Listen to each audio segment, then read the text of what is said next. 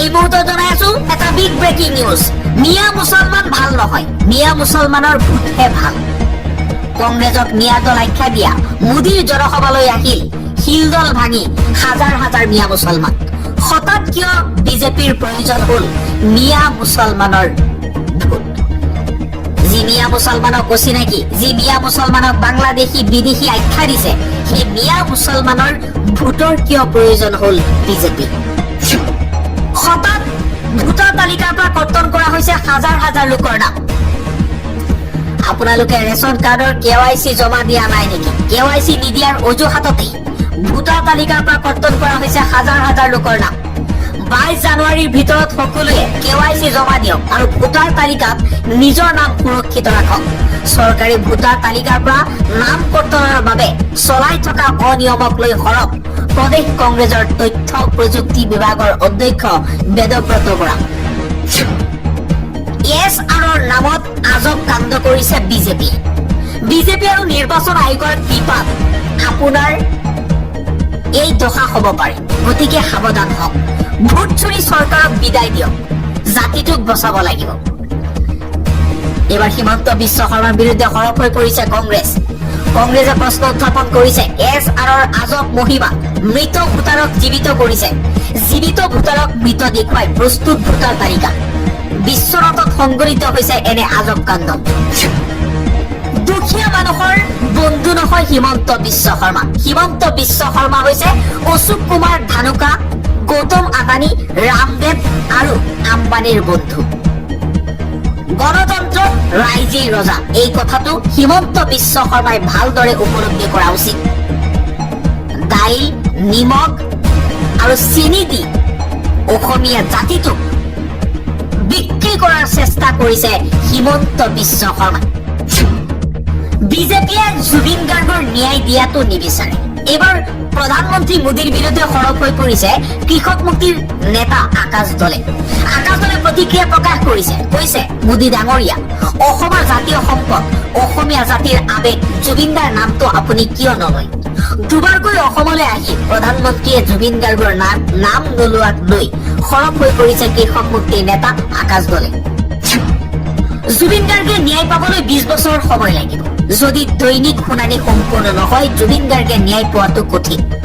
জুবিন গাৰ্গৰ ন্যায় প্ৰসংগক লৈ জ্যেষ্ঠ অধিবক্তা অপূৰ্ব কুমাৰ শৰ্মাৰ এই বিস্ফোৰক মন্তব্য। গো মাংস বন্ধ কৰোতে আপোনালোকৰ হৈ মাত মতা মানুহজন মই। অসমত আপোনালোকৰ হৈ মাত মতা মানুহজনেই মই। সংখ্যালঘু মুছলমানৰ কাৰণে কেৱল মই যুঁজ দি আহিছো। এইবাৰ মুছলমানৰ ভোট লবলৈ এই মন্তব্য কৰিছে বিধায়ক অখিল গগৈ। অখিল গগৈয়ে কৈছে, যেতিয়া গো মাংস বন্ধ কৰিছিল তেতিয়া আপোনালোকৰ হৈ মই মাত মাতিছিলো। অসমত আপোনালোকৰ হৈ উচ্ছেদিতৰ হৈ মই মাত মাতি আছো। সংখ্যালঘুৰ কাৰণে কেৱল মইহে যুঁজ দিছো আৰু বাকীসকলে চাই আছে। সংখ্যালঘু মুছলমানৰ ভোট লবলৈ এনেদৰে মুছলমানৰ আবেগক লৈ এই মন্তব্য কৰিছে অখিল গগৈ। ভেঞ্চাৰ স্কুলৰ আবেদনৰ শীঘ্ৰেই পৰ্টেল মুকলি কৰি দিয়া হ'ব। ADREত যোগদান কৰা সকলে বদলিৰ বাবে আবেদন কৰিব পাৰিব। দিব্যাংগ লোকৰ কোটাত আবেদনৰ সুবিধা দিব চৰকাৰে। ফেব্ৰুৱাৰীৰ প্ৰথম সপ্তাহত স্বাগত সতীৰ্থ পৰ্টেল মুকলি কৰা হ'ব বুলিও মুখ্যমন্ত্ৰী হিমন্ত বিশ্ব শৰ্মাই জনাইছে। এটা খবৰ, ধৰ্মই যেতিয়ালৈকে ভাৰতক পৰিচালিত কৰি থাকিব তেতিয়ালৈকে ভাৰত বিশ্বগুৰু হৈ থাকিব। পুনৰবাৰ কেইবাটাও ডাঙৰ মন্তব্য কৰিছে RSS প্ৰধান মোহন ভাগৱতে। ধৰ্মই ভাৰতক পৰিচালিত কৰালৈকে বিশ্বগুৰু হৈ থাকিব। ধৰ্মই হৈছে সমগ্ৰ বিশ্ব ব্ৰহ্মাণ্ডৰ ড্ৰাইভাৰ। ধৰ্মই হৈছে একমাত্ৰ শক্তি। সেই শক্তিয়েই ড্ৰাইভ কৰি গলে আমাৰ কেতিয়াও এক্সিডেণ্ট নহয়। ৰাষ্ট্ৰ ধৰ্ম নিৰপেক্ষ হ'ব পাৰে, কিন্তু ধৰ্ম অবিহনে কোনো মানুহেই অস্তিত্ব লাভ নকৰে। ধৰ্মই ভাৰতক পৰিচালিত কৰি থাকিব লাগিবই। আমি সদায় নিজৰ দায়িত্ব পালন কৰিব লাগিব। সাধু সন্তক দিয়াটো আমাৰ এই কৰ্তব্য। প্ৰধানমন্ত্ৰী মোদীয়েও সেইবাবে সাধু সন্তক একো নকয়। আমি সংঘৰ কাম কৰি পবিত্ৰ কাম কৰি আছো বুলি মন্তব্য মোহন ভাগৱতৰ। আমি একোখন বাহন হয় আমি ভগৱানৰ কাম কৰি আছো বুলি মন্তব্য RSS প্ৰধান মোহন ভাগৱতৰ। পুনৰবাৰ উদাত্ত ভাষণ শুনিবলৈ পোৱা গ'ল RSS প্ৰধান মোহন ভাগৱতৰ। আন এটা গুৰুত্বপূৰ্ণ খবৰ, এটা জৰুৰী খবৰ। 22 জানুৱাৰী হৈছে লাষ্ট ডেট। ভোটাৰ তালিকাৰ ওজৰ আপত্তিৰ বাবে কৰিব পাৰিব এপ্লাই। এটা গুৰুত্বপূৰ্ণ খবৰ এই মুহূৰ্তত আহি পৰিছে। অহা 22 জানুৱাৰী তাৰিখ হৈছে অন্তিম তাৰিখ। মুখ্য নিৰ্বাচনী বিষয়াৰ কাৰ্যালয়ৰ পৰা জাননী জাৰি কৰা হৈছে। 22 জানুৱাৰীৰ পূৰ্বে ভোটাৰ তালিকাক লৈ দিব পাৰিব অভিযোগ। আপোনাৰ সকলো ওজৰ আপত্তিৰ বাবে কৰিব পাৰিব আবেদন। নাম সংশোধনীকে আদি কৰি সকলো সমস্যাৰ বাবে দিব পাৰিব অভিযোগ। নতুন ভোটাৰৰ নাম অন্তৰ্ভুক্তৰ বাবে পূৰণ কৰক ফৰ্ম 6। সমান্তৰালকৈ নাম কৰ্তনৰ দ্বাৰা অভিযোগৰ বাবে ফৰ্ম 7। নাম ঠিকনা সংশোধনৰ বাবে পূৰণ কৰক ফৰ্ম 8। 3 দিনৰ ভিতৰতে আপুনি কৰিব লাগিব এইসমূহ কাম।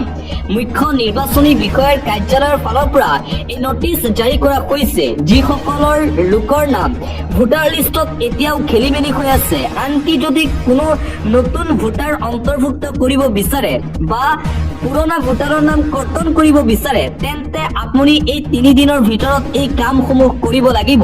কিয়নো লাষ্ট ডেট হৈছে 22 জানুৱাৰী তাৰিখ। 22 জানুৱাৰী তাৰিখৰ ভিতৰত এইসমূহ ওজৰ আপত্তিৰ কাম কৰিবলৈ আপুনি অভিযোগ দিব লাগিব। ইতিমধ্যেই মুখ্য নিৰ্বাচনী বিষয়াৰ অফিচৰ পৰা নটিচ জাৰি কৰা হৈছে। ৰাজ্যত যিহেতু চলি আছে এছাৰক লৈ অসমৰ কেইবাটাও প্ৰান্তত বিসংগতিৰ খবৰ ৰাখিছিল আৰু সেই প্ৰান্তৰ লোকসকলেও 22 জানুৱাৰী তাৰিখৰ ভিতৰত দিব পাৰিব সকলো ধৰণৰ অভিযোগ। আন এটা গুৰুত্বপূৰ্ণ খবৰ, ঐ দম আছে যদি ডিচি এডিচিক লৈ আহিবি যা। গৰুখুটিত মিয়াৰ দাদাগিৰি দেখিবলৈ পোৱা গৈছে। গৰুখুটি প্ৰকল্পত উত্তপ্ত পৰিস্থিতিৰ সৃষ্টি হয়।